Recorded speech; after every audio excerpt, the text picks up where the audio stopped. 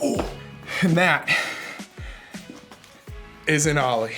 Ow. Family, I'm Caleb and I'm crazy. And it's great to see you all, even though I see like 3 of everyone right now and my knee is on fire. Do you know what authority is? Authority simply means that someone has the power or right to be in charge of someone or something. And when you have authority, I gotta catch my breath. When you have authority, it means you have the ability to make decisions or set rules or use your power to influence someone else. Now, we all have lots of authority figures in our lives. People who are in charge, like our parents, our guardians, teachers, like roll call. Teachers don't say that. Our coaches, What, y'all don't keep a whistle on you? It's okay. Older siblings. We also have people who are in charge of us in a more indirect way, like mayors.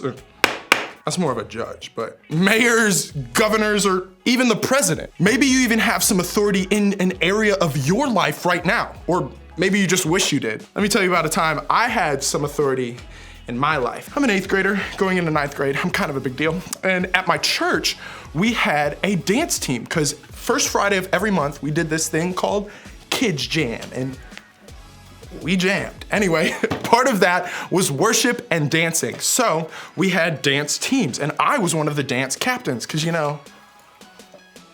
duh. So, 8th grade to 9th grade, I made a dance captain, and wow, let me tell you, that authority went straight to my head. We had our first meeting at the end of the summer, beginning of the fall, and we met at somebody's house, and I had learned the dances, and we had A, B, C team. I took my team to the side, and we were like, yo, I don't know if you guys are ready, but we're about to be the best dance crew, in the area, not just the church, the area, okay? So here we go, 5, 6, 7. That wasn't the dance, but it pretty much was. And wow, I had all the power in the world. Zero dance skill, but all the power in the world. And this may not seem like a big deal to you, but to me, being in charge of something, or really anything, was huge. And I think in some ways, that's probably true for all of us. You might not think you have much authority right now. It just feels like the adults in your life are in charge of everything. What time you get up, what you're allowed to watch, when you have to be home at night, what homework you have to do, what sports you're allowed to play. Feels like you have very little authority over any part of your life sometimes, doesn't it? Well, let me let you in on a secret. You actually have more authority than you realize. You, right now, as you are in charge of one thing that's actually really important. Yourself. Have you ever chosen what clothes to wear to school? And do you choose who you sit next to on the bus? What about what you say? Who gets to comment on your friend's Instagram posts? Those things I just listed may seem small, but they're examples of the authority you have over yourself. And chances are, you have other kinds of authority as well. Maybe you're actually in charge of some pretty important things in your world. Are you the team captain on your basketball team? Or first chair in your band orchestra? Or the oldest sibling in your family? Lucky, I'm a middle child. We don't have to get into it. And those opportunities will only grow as you get older. As you grow up, you get more and more chances to be in charge. And eventually, you'll get to decide what classes you take or who you want to date. I know you know who I'm talking about. Or if you want to go to college, or how you'll spend your money, or where you're going to live. And then maybe you'll become a boss, or a parent, or a politician, and find yourself in charge of other people in very real ways. Here's why this is important. You have authority over yourself right now. You may even have authority over others.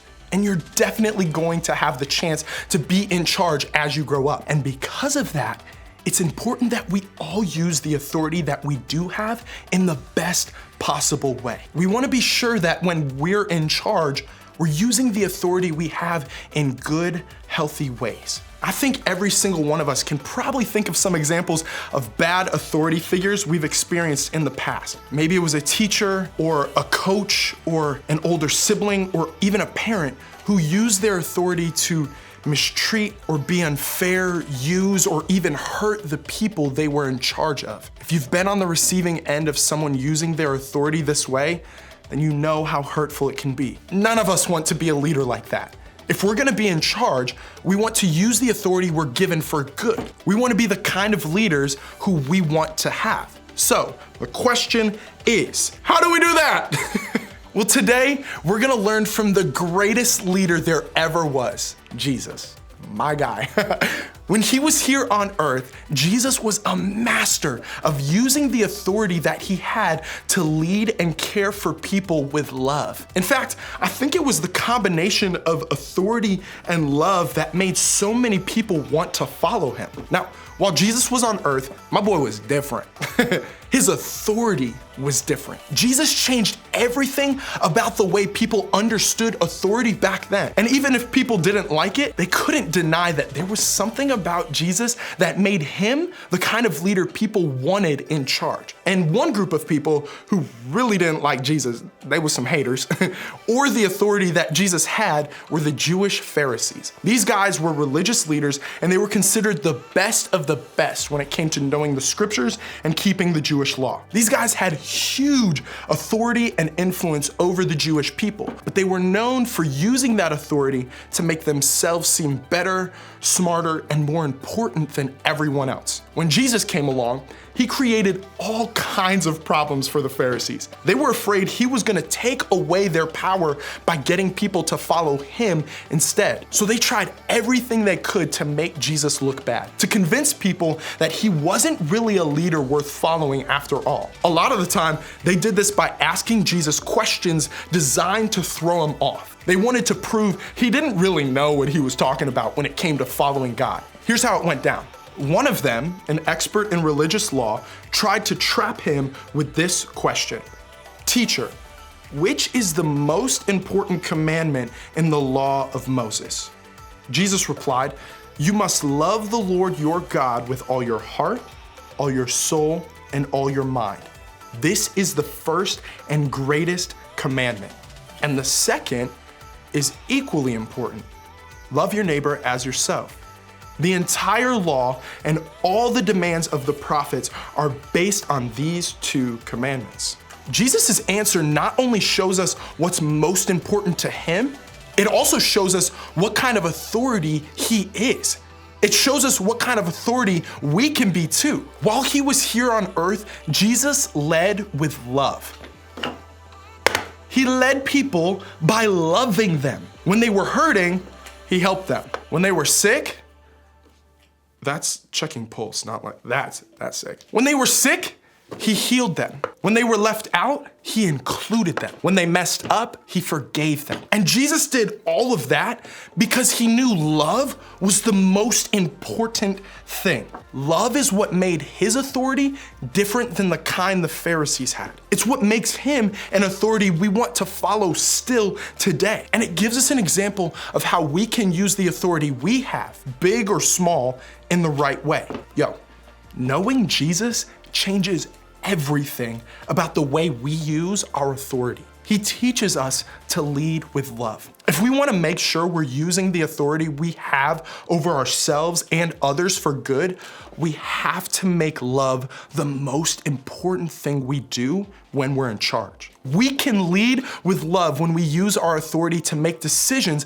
that are good for us and for others. We can lead with love when we use kind or encouraging words to those around us. We can lead with love when we speak up for what's right and fair. We can lead with love when we include those who aren't always included. And the good news is, Jesus doesn't leave us to do this on our own. He gives us everything we need to actually do this. And I know this because Paul wrote it in a letter to his friend Timothy. Here's what he wrote. God has not given us a spirit of fear and timidity, but of power, love, and self-discipline. See, God created us with all the things we already need to be in charge. God gave us power and love and self-discipline, which is another word for self-control. We don't have to be worried or afraid that we don't have what it takes. We don't have to wonder if we're using our authority for good. Instead, we can lean on what God has given us to be the kind of authority that makes a difference. We can lead with love. So, what does this actually look like? How can we lead with love for God, for ourselves, and for other people? Well, first, we can learn more about who God is and what God's heart is like. That will help us see how to lead with love like God does. Plus, one of the amazing things about having a relationship with God is that God walks through everything with us. God's very spirit lives inside of us, so God can help us lead with love in our lives. I mean, kind of an expert at this whole love thing. Sometimes we're gonna face situations where we don't know what to do, but God promises to lead, guide, and help us. God will show us how to do that as we go through life. Then we can lead ourselves with love. Caleb, what exactly does that mean? Well, I'm glad you asked. Remember, we said we all have some authority over ourselves, right? We're all in charge of something in our lives. So we can lead ourselves with love by making choices that are good for us. Making good, healthy decisions for ourselves, like getting good sleep. I need to work on that. Protecting what we allow into our minds, or thinking thoughts that line up with what Jesus said, are all ways to love ourselves well. That's using our authority to love ourselves. And finally, we can lead others with love. We can use our authority to lead with love by paying attention to the way we treat other people. This could simply be honoring your parents when they ask you to do a chore. Yes, I'm talking to you. Responding to your siblings with kindness, even when they're annoying. It could be encouraging your teammates rather than putting them down. It could mean being patient with the kid you're doing a group project with rather than getting frustrated with them, or being the first to invite a new kid to sit with you. All of those things are simple ways that you can start leading others with love. What we do with our authority, guys, it really matters. And if you can understand this now, I can only imagine how much better you'll be at being in charge as you get older. I'd love for you to continue this conversation in your groups. Somebody like your group leader is a great example of a person who leads with love, and they're here to help you figure out what this can look like in your life now and as you get older. Remember, when you are in charge, lead with love. Hope you have a lovely afternoon or evening, whatever time it is in your part of the world. And I'll see you next time! Bye!